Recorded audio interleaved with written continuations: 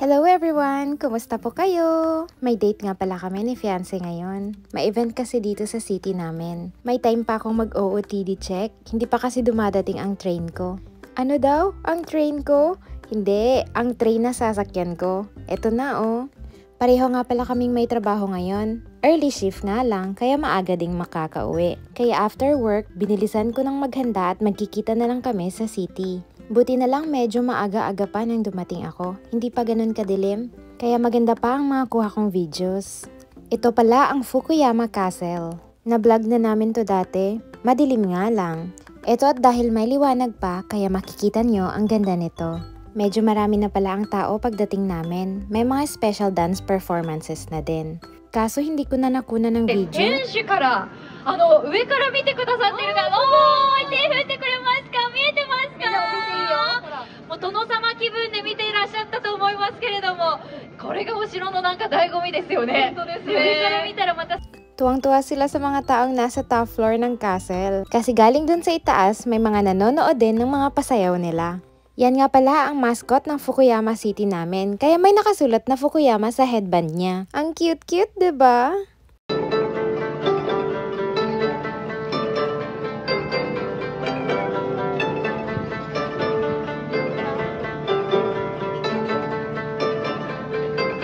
Nanood at nakinig muna kami sandali ng isang performance na Japanese music. Pagkatapos nun ay pumasok kami sa castle. Libre kasi ang entrance ticket today dahil 1-year anniversary nila ngayon.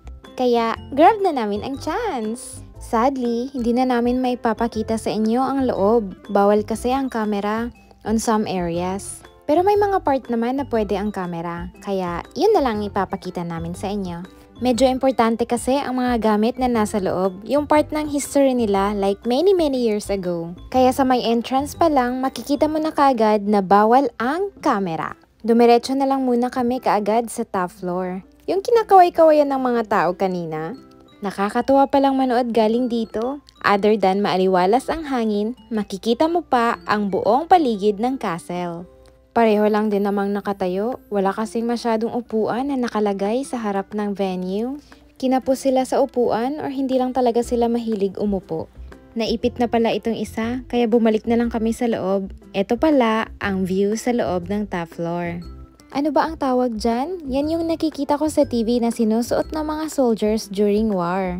Dito, pwedeng magpa-picture. Bawal nga lang hawakan. Itong bata, hindi nakapagbigil. Hinawakan niya talaga. Napagalitan patuloy siya ng papa niya. Kapag bata talaga, Pilipino man o Hapon, ang kukulit. Pero di bale, ang cute naman. Pero mas cute pala itong isa na gustong-gusto ding magpa-picture. O diba, pose, capture, click, click, click. Tara, tour muna tayo sa loob. Sa mga areas na pwede lang ang camera. May mini theater pala sa loob showing parts of their history. Ayan oh. Meron ding horse riding, yung para bang mai-experience mong sumakay ng kabayo habang umiikot sa castle noong unang panahon. Pero di na kami nag-try, other than mahaba ang pila, na-experience na din yan namin dati noong engagement day namin. Sa harap ng mismong castle na ito kasi kami na-engage last February 14. Other than horse riding, marami ka pang mga pwedeng ma-experience dito. Like i-try kung gaano kabigat ang weapon na ito na gamit-gamit nila noong sinaunang panahon sa battlefield. Ang haba ano, wala na yatang mga ganyang weapon ngayon sa panahon natin. Nakalimutan ko na pala siyang tanungin kung mabigat ba o hindi. Ayan, nilinis pa. Parang wala din naman. Pwede ka din palang mag-try ng baril-baril, ang tawag dito matchlock. Gamit-gamit din daw ito ng mga ninuno nila noong sinaunang panahon. Marami pang mga bagay-bagay sa loob, kaso sayang nga lang hindi pwede ang camera. Sa exit naman may museum shop para sa mga taong mahilig sa souvenirs. Kami naman walang binili, sadyang madadaanan mo lang talaga paglabas. For now, hanggang dito na lang po muna ang castle tour natin. Stay safe everyone!